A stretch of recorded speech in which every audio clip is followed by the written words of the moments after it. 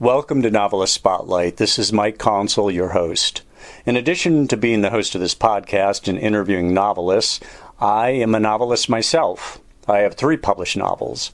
My latest is titled Lolita Firestone, a supernatural novel, and it is set in Sedona, Arizona and Cairo, Egypt. My previous novel is titled Family Recipes, a novel about Italian culture, Catholic guilt, and the culinary crime of the century. And my first novel is named Hardwood, a novel about college basketball and other games young men play, and that story deals with issues ranging from depression and racism to sex, religion, and university politics. All 3 novels are listed in the episode notes. I hope you will buy them, I hope you will read them, and I hope you will thoroughly enjoy them. Now, on with our program.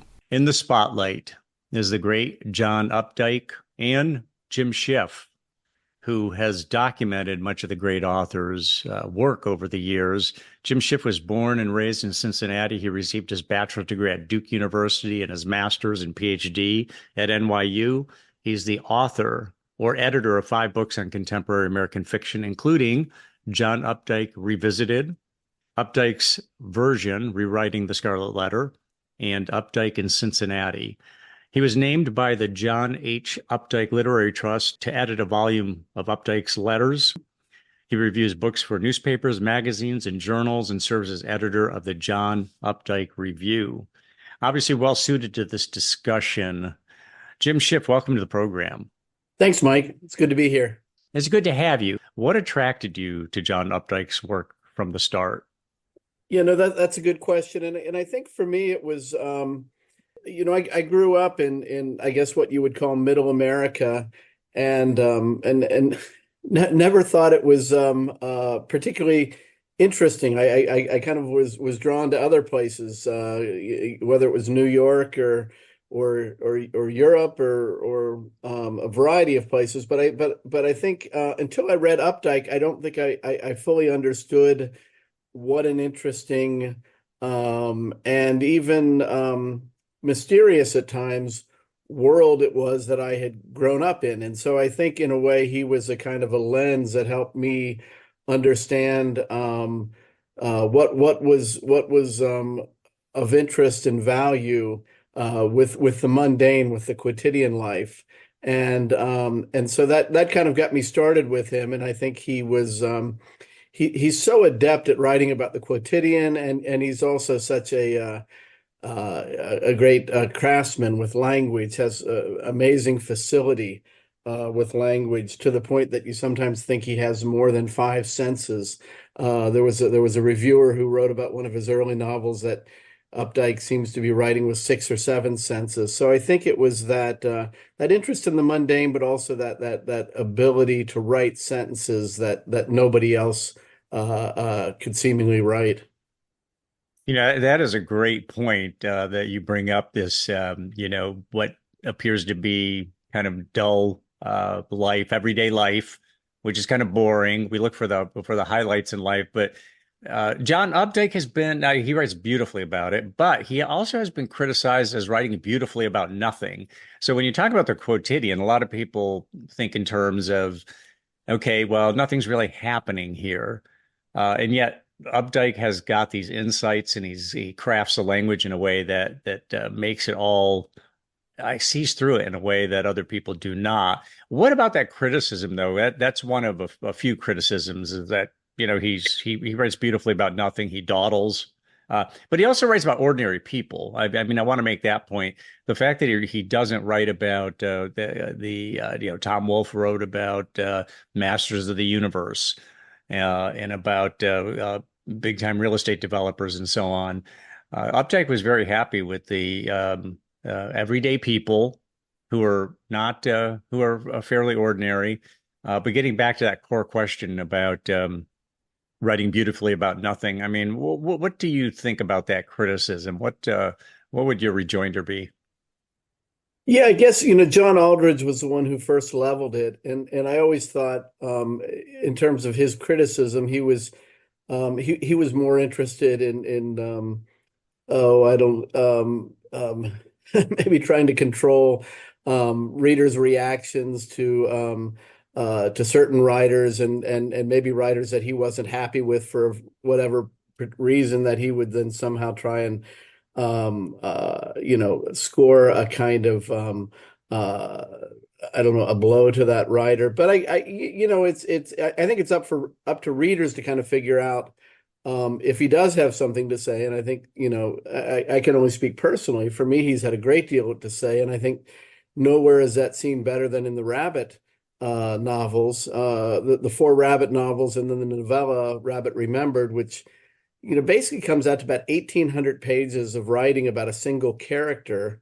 And even though there is there's some real significant events that happen in the first couple of novels, there's largely an attempt on Updike's part to document what it's like to be this character, Rabbit Angstrom, and to be alive in America during these particular decades about which he writes. And I find those novels absolutely fascinating.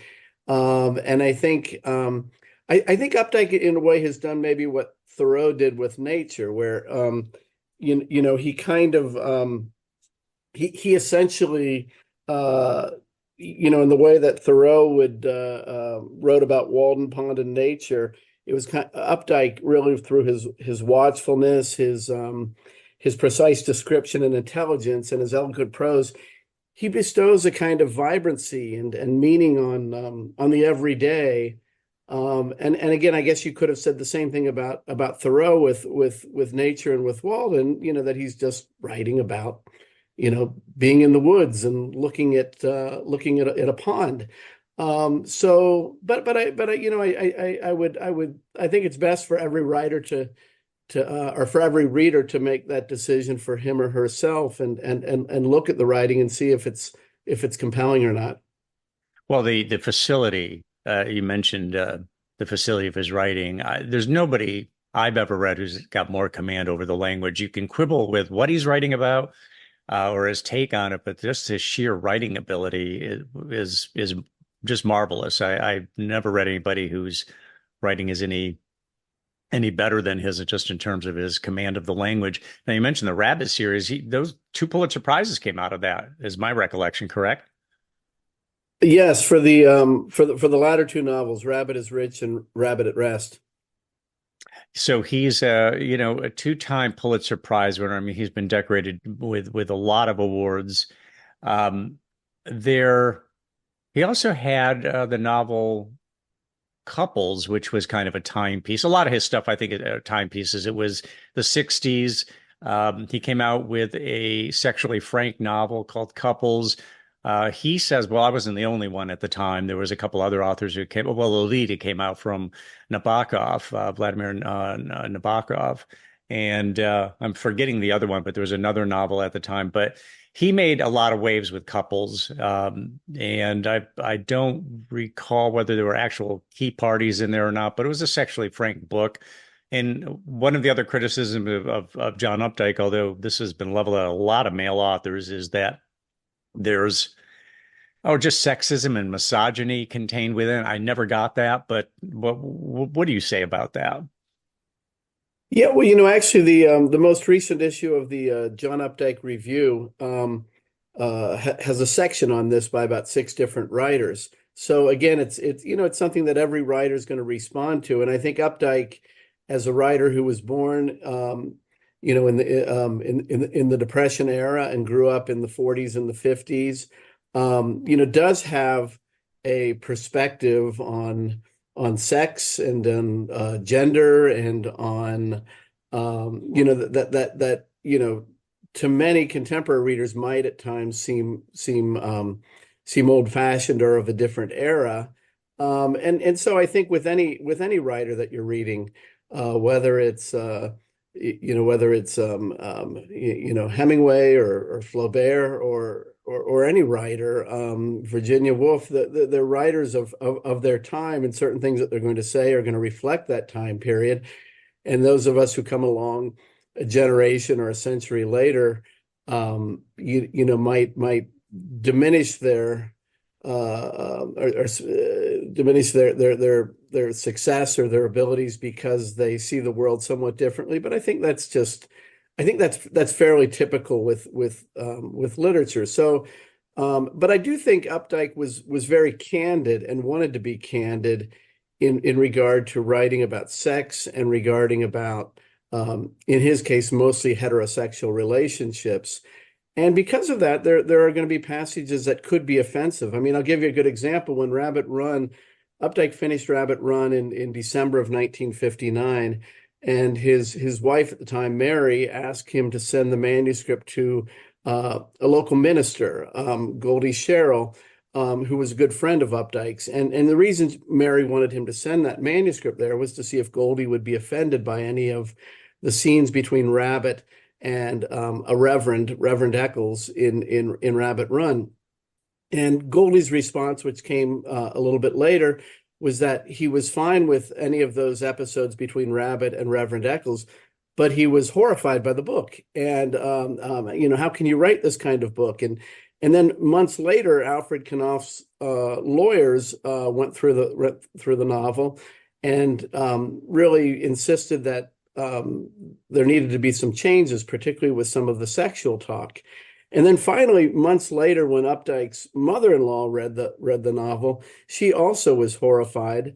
And how could you create this character of Rabbit, and how could you do this? And so I think Updike was under a lot of pressure there. He had a good friend who was a minister. He had attorneys, and he had his mother-in-law who were all rather upset with the book. And I think, as we've seen, Rabbit Run, went on to be one of the most successful, post-war novels in American literature. And so I think Updike had this feeling that what he was doing was important, but he was very much aware that the writing would offend people, sometimes for the sexuality, and other times for the nature of his characters. And in that case, Rabbit Angstrom is behaving rather selfishly and self-indulgently and not being punished for it. And some readers didn't like that. So, I think, I mean, the readers will at times be upset or offended by what Updike writes. And I think Updike's response, if he were here, would just say he is trying to depict his sense of the way that things really happen and appear. Yeah, and I think you'd agree, Jim, that he was never lurid in his writing. When he was writing about sex or sexuality, it was almost invariably suggestive. He gave you kind of a gesture drawing of it, and you kind of filled in the blanks. So it was never a highly sexual. I mean, I think of it as very tame by today's standards. Well, and that's if you went back and looked at Rabbit Run, and then the bits that Updike had to remove for that first edition with Knopf by I don't know, it was the mid to late 60s, he was able to return those passages, and that novel seems very innocuous in terms of its sexuality, and I mean. Very mild by today's standards. I do think Updike, in his writing about sexuality, could often be very visual and at times detailed, and that might surprise some readers. But I think if you look at the way he describes, pretty much the way he describes somebody sitting in a room and what's in the room, or the way that he describes being in a car and driving. He's a very visual writer and a very detailed writer. There are certain writers like somebody like Roth, who I think of as more of an oral writer, as a writer that you hear and you hear the sound of. But Updike was trained as was very interested in being an artist, being a visual artist, being a cartoonist, and he even had a year of art school in Oxford, in England. And so he's very visually attuned writing. So sometimes you will see when it comes to a scene of two people having sex of tremendous visual detail. But I think Updike would say he's giving it the same attention that he would give anything else. And I think that's pretty much accurate. Yeah. You mentioned that's part of what's amazing about his first love was art, is my understanding. And yet he ends up being a writer and an incredibly gifted writer. The guy had a lot of talents. Um, and I want to get to the art part in a little bit, but you mentioned Philip Roth. And one of the things Philip Roth said is that, no matter how long you write, no matter how old you get, it's still a struggle to write. He said, except for maybe John Updike. And that totally resonated with me because, and I think he was being a little bit facetious, but when I read Updike, it looks effortless. It's like this is so easy. It just flows from him. It doesn't look like he ever struggles to find a sentence. And so often when I'm reading a novel, there are certain sections of novels, just certain sentences where it just feels like the author struggled with it or that it's a bit tortured. And you just don't get that from Updike. It all seems so effortless. Do you know, I'm sure it wasn't, just because the nature of writing is difficult, but I did hear him say in an old interview that, a short story is 7 to 10 days. That's a pretty short time frame for him to produce a short story. What do you know about his writing routine and how much effort was involved or how effortless it might have been? Yeah, no, that also is a really good question, and I think for the rest of us who are mere mortals, it does it does seem at times how does a human being do this exactly? And I do think he had tremendous gifts, and I think I mean you can look at it and you'd say, well, he had his first acceptance in the New Yorker for a poem when he was 22, and then a few weeks later had an acceptance for a short story. And after that, he ended up publishing 800 pieces in the New Yorker and a total of about 2,000 pieces in all the different journals and newspapers he published and 65 books. And so it does seem as if it came rather easily. But I think there's another side to this, which is that Updike had been he had been sending out drawings and cartoons and poems and all sorts of pieces to magazines, including the New Yorker, from the time he was 13 years old. And by the time he had that first acceptance at the New Yorker when he was 22, he had accumulated hundreds of rejection slips. So, and he also had a mother who was an aspiring writer who went to Cornell in the 1920s to get a master's in English literature, and very much was trying to publish her stories. And John had once told me that from about the time he was 8 years old, he was the youngest unpaid editor in American literary history, that he was reading her manuscripts, and her manuscripts were, generally coming back with a rejection. So he was very much involved in the writing world and writing business through his observation of what his mother was trying to do. And he also then began sending out as I said, his artwork, but also his writing at a very young age. And he did have tremendous success in placing his material in a high school newspaper, and then at the Harvard Lampoon. He was prolific, perhaps more prolific than anyone there in terms of his drawings, his cartoons, his poems, his short stories, and so on that then appeared in the magazine. So he had a long apprenticeship really till he got placed in the New Yorker. But I think he did have tremendous gifts, and and you had mentioned how fast he wrote a short story. I mean, there's a period actually right after he finished his Rabbit Run in January of 1960. He and his family, he and his wife Mary and their 4 children, go to Anguilla for a 5-week vacation, and in his letters he talks about being at the beach with the kids and doing this and that and exploring the island. And yet during that same 5-week period, he wrote 4 short stories, including Pigeon Feathers, which is one of his best, and he wrote letters, and he did all sorts of other things too. So I think he was somebody, most of the people who I know are writers, are really protective of their time and of their space. And I think you'll hear, I remember talking to John's children about this, and they said when he had an office in Ipswich in the 1960s, and they would go in to see him, they might have been at the beach or at school or wherever, and they came in, and he would immediately stop typing and talk to them and interact and be very fatherly and friendly. And then the second they left and they started going down the stairs, they would hear the clicking of typing.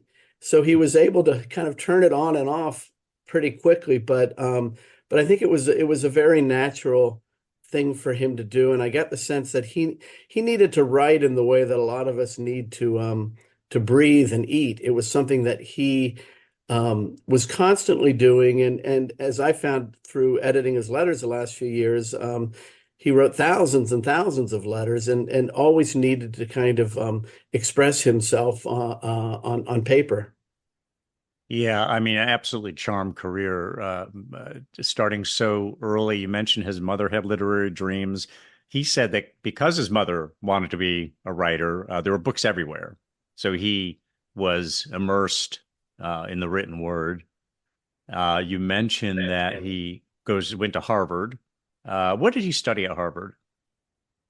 He ended up studying English. In the beginning he took he was a very good math student, and but his father had been a math teacher, but he did take a couple fine arts classes. In fact, that's where he met his wife Mary, who was a couple years older, was a senior at Radcliffe when he was a sophomore at Harvard. And he met her in a medieval arts class, and then I believe the semester after they took a drawing class. So he did take some, Updike said even though he read a great deal as a kid, a lot of it was mystery novels, and that he really did read his literature at Harvard, and that he worked pretty hard, particularly I think freshman year. And he was also exposed to a great many teachers who were not only excellent teachers, but some teachers who were able to help him with his writing. And on several occasions, and it was interesting because he was rejected by, for instance, Archibald MacLeish on I think two occasions for his poetry workshop. He did find others in the English department who worked with him, and so he was able to write. He was able to attempt a first novel, I believe, during sophomore year. And then he was able to write short stories and then get feedback from his professors. And he found that very helpful, as did his mother, who in his correspondence with her, he would often share what he had learned from his professors. Interesting. So he graduates from Harvard. He goes to London to do some art studies. What do you know about his time in London and with art? Yeah, he actually went to Oxford. Oh, Oxford. Okay. Yeah. The Ruskin School of Fine Arts, and he basically got a fellowship, a Knox fellowship, and so that essentially gave him time to it gave him time to uh, uh, to draw and take classes, but it also gave him time to write and to live in a foreign country. Updike had grown up a kind of lower middle class kid, lived in Shillington till he was roughly about a teenager, and then moved to Plowville, where his mother went and purchased the farm on where she was born and grew up. And so he was kind of isolated in a farmhouse, which initially had no electricity or running water, and had family, a very intelligent, conversant family, but without economic means. So this travel to England and to Oxford was, and even his travel to, or his attending Harvard on a full scholarship was a big deal. That was, moving him out of Berks County, Pennsylvania. And I think in that year in England, the Updikes were, Mary was pregnant with their first child, Elizabeth, who was born on April 1st of 55, he also ended up writing and then publishing quite a few stories and poems, placing them with the New Yorker that year, and developing a relationship with Catherine White, his his first editor at the New Yorker, and then later Bill Maxwell. So I think it was an important time, probably gave him a kind of a confidence and worldliness in living outside of the country for, oh, I don't know, they were probably there for about 10 months. And then he kind of came back and had a job at the New Yorker if he wanted it, which he then took, and he ended up living in New York for the next year and a half as a Talk of the Town writer, where again he was very, very successful. And in addition to his Talk of the Town assignments, he would write stories and poems, and began a first novel. Now, he didn't stay in New York. He ended up moving he was not a big city guy. Is that right, Jim? That it wasn't that he couldn't live. I mean, he did live in New York for several years, but he was more maybe a suburban Pennsylvania, Massachusetts sort of guy. Yeah, that's true. And I think both he and Mary were very excited about coming to New York, after they left Oxford. And he had a good job with the New Yorker, and they lived on the Upper West Side initially, and then they lived in the Village on 13th Street. And so I think they initially were very excited about that, but I think after about a year and a half, they had another child. Their son David was born at that time. And so they needed more space. And I think, I think there was a feeling on Updike's part, maybe there were too many writers in New York. And maybe there was a feeling that nothing you could do would be seen as significant or important enough. And, he grew up in a small town, and really the time when he lived in Shillington, Pennsylvania, I think was very important and impactful in his life. So I think the idea of going again to a small town, which is what he and Mary did. Then they moved in 1957 to Ipswich, Massachusetts, on the North Shore, and this is where they honeymooned. Mary's father was a minister, and I believe it was one of his parishioners had a cottage in Ipswich that the Updikes were able to use for a few days on their honeymoon. So I think it was a familiar place, and they went back there and they rented a house, and then eventually they bought a house. And Updike then ended up spending, the next nearly about 17 years or so, I guess, in Ipswich, and then found a real sense of belonging there with other couples and with other families, and there was a community, and I think it was a place where he felt comfortable in terms of having material to write about, in terms of this kind of quotidian, middling American kind of existence. I think he found small town life being very conducive in terms of providing that kind of material, where maybe New York didn't quite provide that in the same way. So he was only 22 when he published his first story in the New Yorker. It was titled Friends from Philadelphia. What do you think about Updike's short story writing versus his novels? He's been hailed for both. What's the distinction between the two, other than the actual length? Yeah, he was he was really adept at the form, and I think because he had practiced it so much and he had submitted so many pieces before he had again his first acceptance at the New Yorker. And he, as you mentioned before, he was able to write these quickly. I mean, I've seen some of these stories. He writes in 4 or 5 days, and I think stories that took any longer than a couple of weeks were probably more unusual. But I think he's so good at the short form in terms of just knowing how it works, and particularly how to end a short story.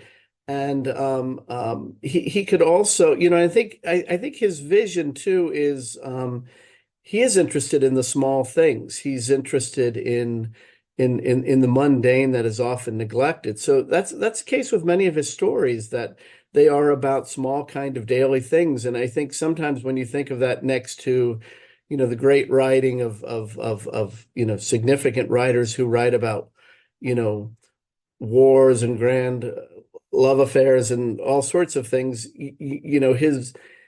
his story about, something mundane happening, you might question it first, and then you realize there's all sorts of moments of recognition, because that's what most of our lives are made up of, is those small daily events that do have meaning, and he's able to interpret them. He was really adept at taking um, things that would happen to him and turning it into fiction, and really remarkable at it. I think in the novels, what you see is, there's a difference, I guess, in the sense that the stories were written largely for the New Yorker, and the New Yorker, at least until the 1980s or so, had certain conventions, and there were certain kinds of language that you couldn't use. Updike using the word can to refer to a woman's rear end in 1960 was very problematic for William Shawn at the New Yorker. And what are they going to do with that word? And they're trying to figure this out. And what word could they replace it with, and so on. So there was a kind of a prudery, about a prudishness that was at the New, even though the New Yorker was, I think, largely seen, in the second half of the 20th century as being the premier literary magazine, and I think still is.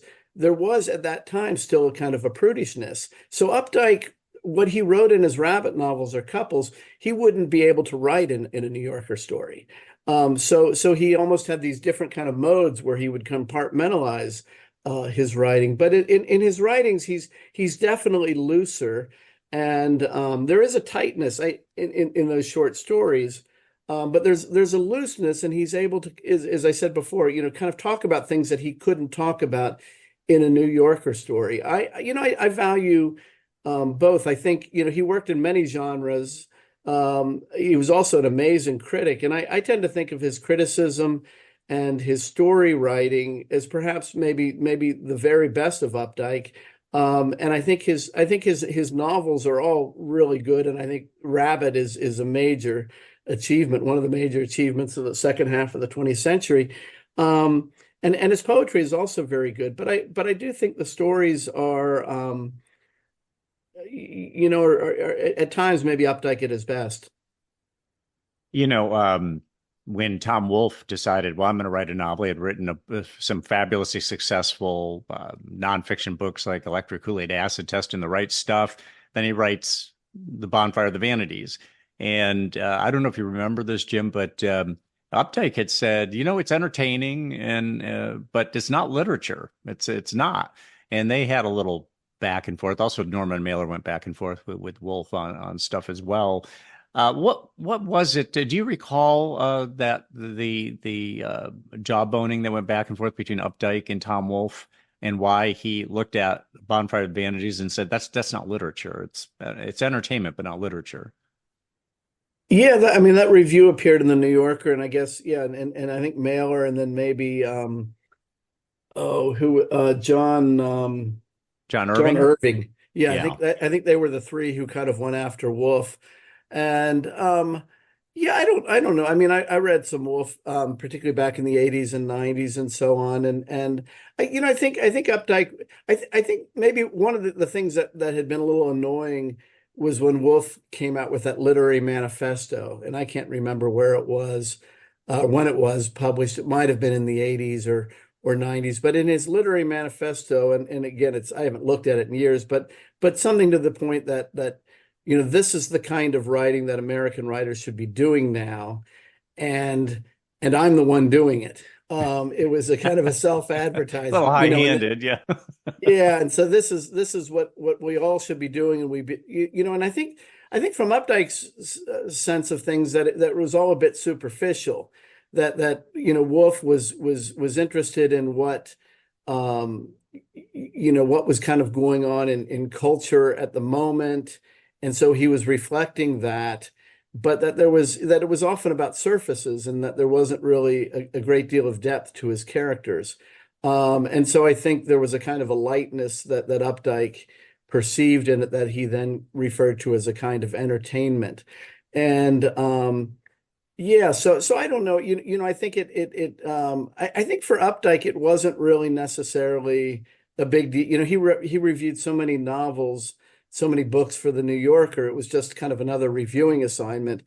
But I think it really I think it perturbed Wolf, and then there was kind of turned into a feud. But I don't know if Updike really participated in the feud too much, beyond his kind of dismissal of Wolf's novel, which I think maybe was A Man in Full at the time. I can't recall. No, I I think think it was that was Bonfire of the I, Vanities, I think. I, Or, I think it was Man because was it? yeah, I'm pretty sure it was. I don't think he reviewed Bonfire, but he probably read it. But I think it was probably in the 90s, I'm thinking. So Gotcha. Yeah. yeah, And I think you're right that he didn't engage in it a whole lot. Norman Mailer loved that stuff. So they went back and forth. right, right. So, so, I want to mention that one of the New Yorker editors had said that a lot of writers are defensive if you say, well, why don't you rethink this sentence or this passage right here? They're defensive about it. And he said John Updike would take it and turn it back over to you better than he had left it. He was not a defensive writer. He was a guy who would take a look at it, and if you feel like this could be improved, here I go, I'll improve it. But one of the other things that was said is that not by the same editor, but that, and I never really got this, but that John Updike had advertising language in his poetry and fiction, and he would use well-known brand names. What about advertising language? I mean, do you see that? I mean, I kind of missed it, but what if you do see it in there? What is the nature of that advertising writing? I'm not sure if they're saying, I'm not sure what they're saying. Maybe you have some insight on that, Jim. Yeah, I'm not sure about advertising writing. I mean, I do think, you wouldn't see what I think you're talking about in his short stories. Maybe in some of the novels, like the Rabbit novels, he at times might catalog. Um, uh, I mean, a number of writers do. I mean, Whitman would catalog certain things in a poem. But I mean, Updike in some of the Rabbit novels might catalog what Rabbit is seeing as he drives on a street in what is modeled after, say, Reading, Pennsylvania. And so there might be a sense, and also as he's listening to the radio or as he's thinking about a song on the radio or what an announcer is saying, there might be a catalog of kind of cultural artifacts or things like that. I mean, there's a great scene in Rabbit is Rich where Rabbit is at a guest house and he's had a few drinks and he goes in to use the bathroom and it's probably, I don't know, it's probably a 3 or 4 page scene, and he mostly catalogs what's in the bathroom, but he does it through such incredible language and powers of perception. And then you also start really realizing in this novel about consumerism that he's showing all of the things that are in this guest bathroom that, as being a guest bathroom in itself, it's not really used very much, on the rare occasions when a guest comes. And so it's almost a kind of a critique of American culture and American consumerism. So I think there might be something like that. Maybe that's what Mm. was being alluded to. But I don't find, yeah, the term of using advertising writing or something. I'm not sure if I know what it is exactly, but I don't see that in Updike. I mean, I think one of the criticisms of Updike at times that I think maybe does hold a bit more sway would be that, there's a kind of a professionalism at times where you almost feel, he's able to write about absolutely anything. I mean, I think it was Martin Amis who said that, he's a master of all trades, able to crank himself up to PhD level on, anything he fancies, whether it's architecture, topography, computers, evolution, whatever. And I think at times, because he does that, sometimes the writing seems so professional and polished that you somehow struggling maybe to find the emotional way into it. And so I think something closer to that seems truer to me. But I think the other thing with Updike, because he wrote so much, that it's always easy in Updike to find a problematic line or a passage or a page or a character or something like that because there's so much there. And but no, I encourage people to go out and read it for themselves and to see, because I do think I think, and I've seen this with my students, both undergraduates and graduate students, is that they'll sometimes read a passage in Updike or they'll read a story and they'll be astonished. How did he do that exactly? And so he really did have a gift. Yeah, no question. What's your favorite novel of his?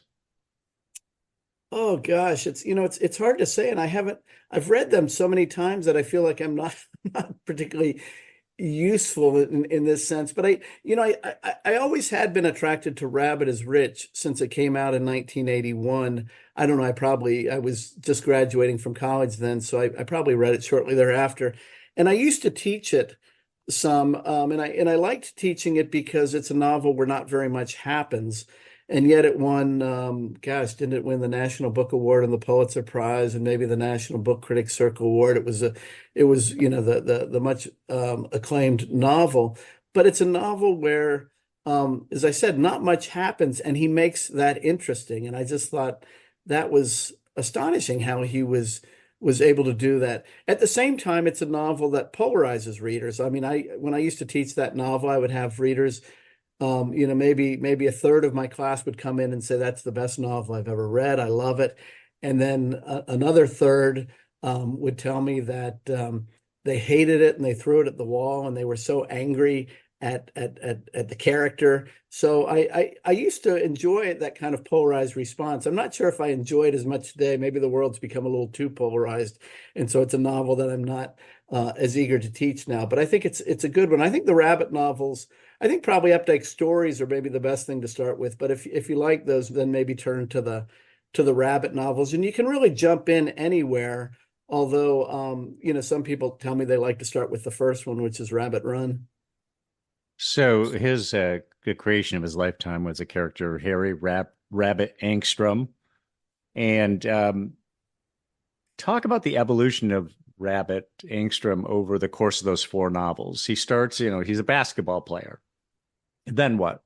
Talk a little bit about the major maybe milestones over the course of those novels in the life of Rabbit Angstrom. Yeah, we see the first Rabbit novel appear in 1960, and Rabbit at the time is 26 years old, and he's a salesman, and he's married, and has a child with another child on the way, and he was a high school basketball star, kind of the darling of the crowds, and there's very much a sense that his life peaked when he was 17 or 18, when he was a high school basketball star, and nothing since then has matched it. And he runs a lot in that novel, and he's trying to find something that takes him back to what he felt when he was a high school basketball star, and he struggles to find that, and he ends up that story takes place over several months in his life. Then Updike, while he was struggling to write a novel about President James Buchanan, who in many ways was one of our lesser successful or least successful American presidents, he was the one who preceded Lincoln. Updike was having trouble writing that novel, so he turned back to Rabbit, and then 11 years later, 1971, it was either 70 or 71, publishes Rabbit Redux, where we see Rabbit 10 years later. And at that point, Rabbit is working, doing linotype for a newspaper. And it's the time of the U.S., the moon shot, sending men to the moon. And so this is a pattern that Updike would use with the Rabbit novels. He returns to Rabbit every 10 years and kind of picks up on Rabbit's life. In 1981, in Rabbit is Rich, Rabbit is now a car salesman working for his father-in-law in his father-in-law's business, and he's selling Toyotas. So he's in a pretty good place there. Because here's a guy who really had struggled in the first couple novels, and now he's doing well because everybody wants to buy Toyotas. And then finally at Rabbit at Rest, we see him 10 years later. moving toward retirement. And then Rabbit Remembered is a novella that Updike picks up later in 2000. So these 5 books about Rabbit really, turned Rabbit into this kind of American icon where he's a little bit like a Huck Finn or a Jay Gatsby or a Hester Prynne, where he is he's this kind of mythical protagonist who's familiar from just a single moniker, in the way that Huck or Gatsby is. We think of just of Rabbit. His full name is Harry Rabbit Angstrom. But I think it's not only a story about Harry, but it's a story about the country. And so we see, as Updike wrote these novels between 1959 and about the year 2000, we see the country change and in many ways erode, diminish, and Updike is chronicling that. And there's also this sense, I think, what was, I had a graduate student in a class a few years ago who, when she read Rabbit is Rich, she was kind of upset about the character, but she said, I've never seen a writer create a human being on the page in the way that Updike has, where he seems real. He seems larger than life in terms of the detail. And so I think there was a sense that Rabbit, in between the publication of these novels every 10 years, it's almost as if he existed outside of the text, and he continued to age and the country continued to age. And to the point that really, when we get to the end of Rabbit at Rest and we have the end of Rabbit's life, both the New York Times and the Washington Post addressed the end of Rabbit and his life, not only in their book review section, but on their editorial pages. And they essentially wrote obituaries to Rabbit. And so he very much gave the sense that he was this living creature. And he, if people haven't read the novels, he's kind of an interesting figure in that he's optimistic. He's somewhat crude and kind of culturally unsophisticated.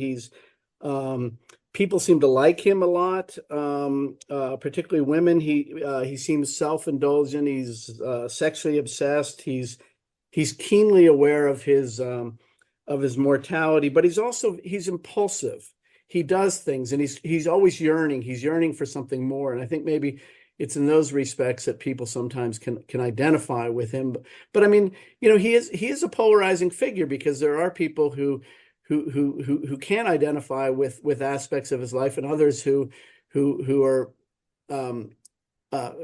fiercely determined to resist him and don't like him at all, and are very angry about him, and somewhat angry about Updike even creating him. So it's I think all of that makes him such an interesting figure.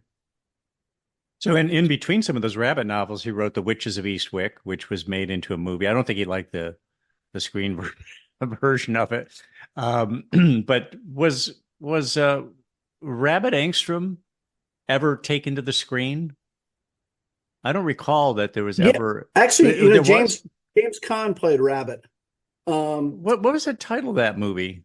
It's called Rabbit Run, and what was the line that Updike kind of kidded about? He said it wasn't released; it escaped.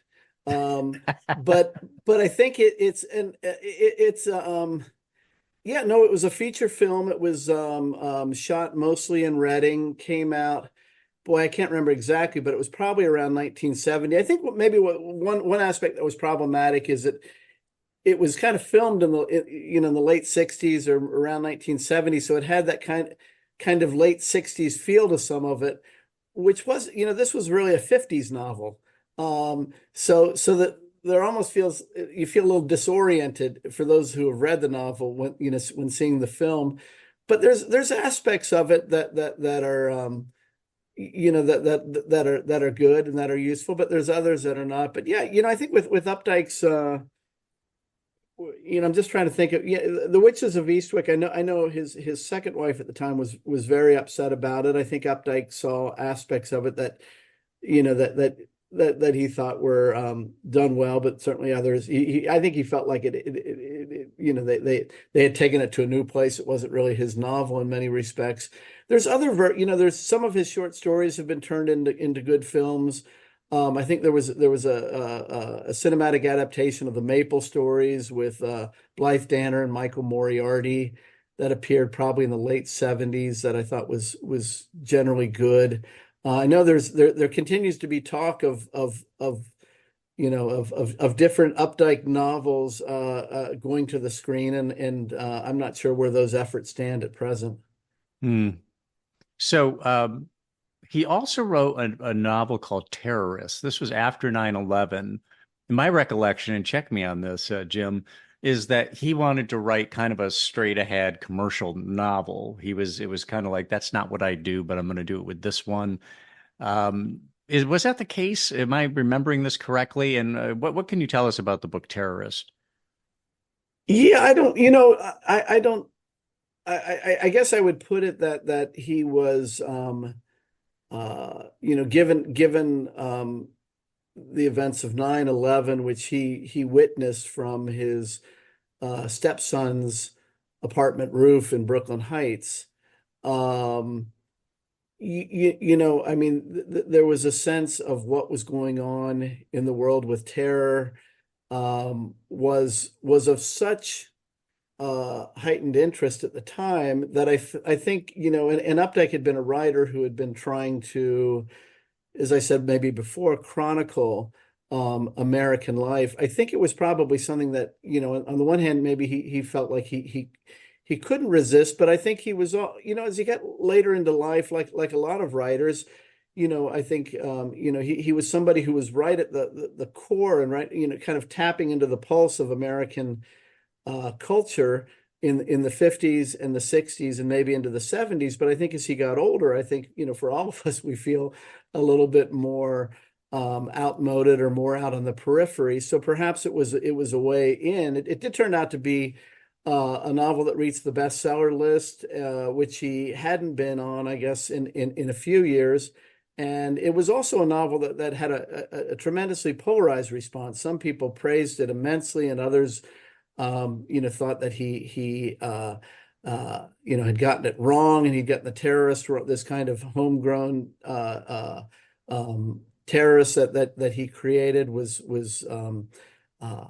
just really problematic. So yeah, so I think he was probably interested in again, with all of his last few novels of perhaps having lost some readers, of trying to get some readers back. But I think he was trying, he's a writer. We haven't really talked at all about religion, but he's a writer who was deeply interested not only in religion but in theology, and used to review books on Barton, Tillich, and Kierkegaard for the New Yorker and other magazines.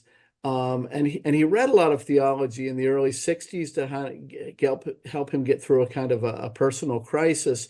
So I think the idea that in terrorism, there's also a real kind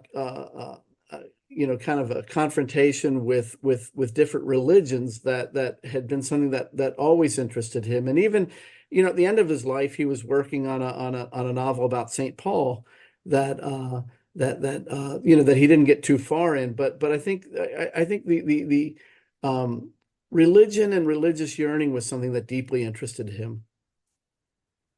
What was his work regimen, Jim? I mean, was he a guy who got up in the morning and logged 4, 5, 6 hours? He traveled a lot, I believe. So um, I'm not sure that he's the kind of guy who needed to be in a particular place to be productive. But what do you know about his work routine? Yeah, according to his family, that he liked to sleep late, and um, that he was somebody who might not get to his writing till 9 or 9:30, and then, as he always described it, he would work until about a late lunch, till maybe 1 or 1:30. So there'd be 3 or 4 hours of writing in there. Um, and sometimes he warmed up by writing letters, first thing in the morning but he generally wanted to get 3 pages of polished writing done a day. And as he said, sometimes he would get more and sometimes less. Um, but I think there were other times during he was doing a lot of reviewing, particularly from the mid 60s on.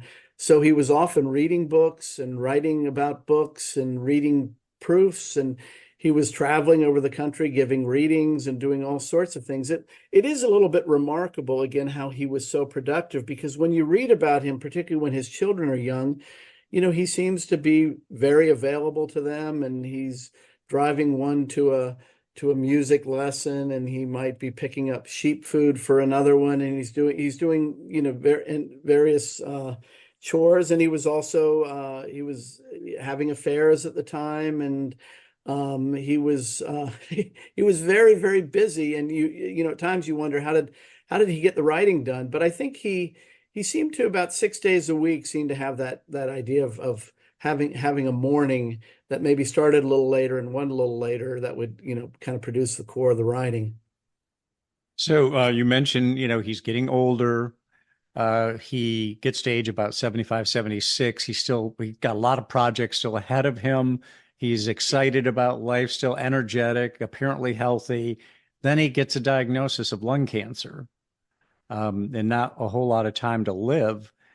Was he a smoker? And he must have been having some kind of symptoms that took him to the doctor, and they said, hey, guess what? It's lung cancer. Um, was he a smoker, or was this just something that happened? Yeah, he was a smoker earlier on, and I think there was talk of there was a little luncheonette, Stevens Luncheonette in Shillington, when he was a high school student, where they would go after school, and he would smoke cigarettes, and I think a lot of kids would smoke cigarettes. This would have been this would have been like 1949, 50 or so on, and then I think, yeah, he did smoke after that. I'm not sure when he stopped smoking, but in terms of the diagnosis, yeah, he had been on a book tour, or actually he had been over, I believe it was in Russia and maybe Eastern Europe, traveling, and then came back and was diagnosed with pneumonia. And so that seemed to be the early symptoms. But then he ended up going on a book tour for the Widows of Eastwick on the West Coast, and was still suffering from what seemed to be pneumonia. And as I remember hearing from family that, during this would have been, kind of around Halloween and into November, he was kind of coughing some, and in a few letters that he's writing to people, he's in bed. And it wasn't until, I think, closer to Thanksgiving of that year, this would have been of 2008, that he was then diagnosed with, stage 4 lung cancer. But there really hadn't been, he's kind of misdiagnosed with pneumonia, and that they had missed this. And so by the time he got the diagnosis, he lived about 2 more months. Although he did continue to try and be productive, during that period, and he had multiple books that were ongoing. I think all of which he was able to finish, except for his novel about St. Paul. And then he also wrote some poems in the final 2 months of his life, almost kind of goodbye poems, that appear in the volume Endpoint, that I think are among some of his better poems. So yeah, so but he did die young. He died at 76, and seemed to have no indication, as he put it, through what porthole death will enter my body, until about 2 months before his death. Yeah, it was sad. He very energetic and seemingly healthy guy, and all of a sudden stricken with Mhm. lung cancer. What is his, just in wrapping up, Jim, what do you think John Updike's place is in the annals of American fiction? How would you characterize that? Yeah, well, and it's hard for me to say, because time takes us to different. There's always surprises in terms of what becomes interesting to one generation, and and so on. But I do think that there was, I think Updike in many respects is very different from other American writers, because I think we have a history uh, in American literature of writers, writing from the margins, from the outside, and whether it's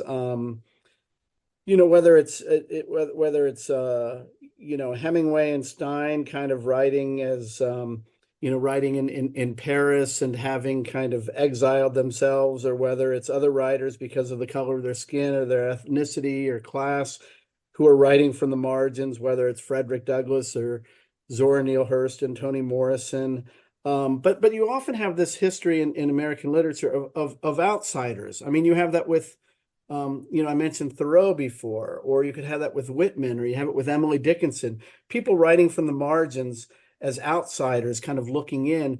And I think Updike was a little bit different in that even though he was somebody who was kind of marginalized by, not having a lot economically as a kid, and really, they were really kind of pinching pennies and so on, that he ended up writing more from the center, and that he wasn't a writer who was trying to seek isolation or exile, and didn't feel marginalized. If anything, he kind of celebrated the country, and he tried to find a place near the center, and that was part of why he moved to Ipswich, from which he could write and observe.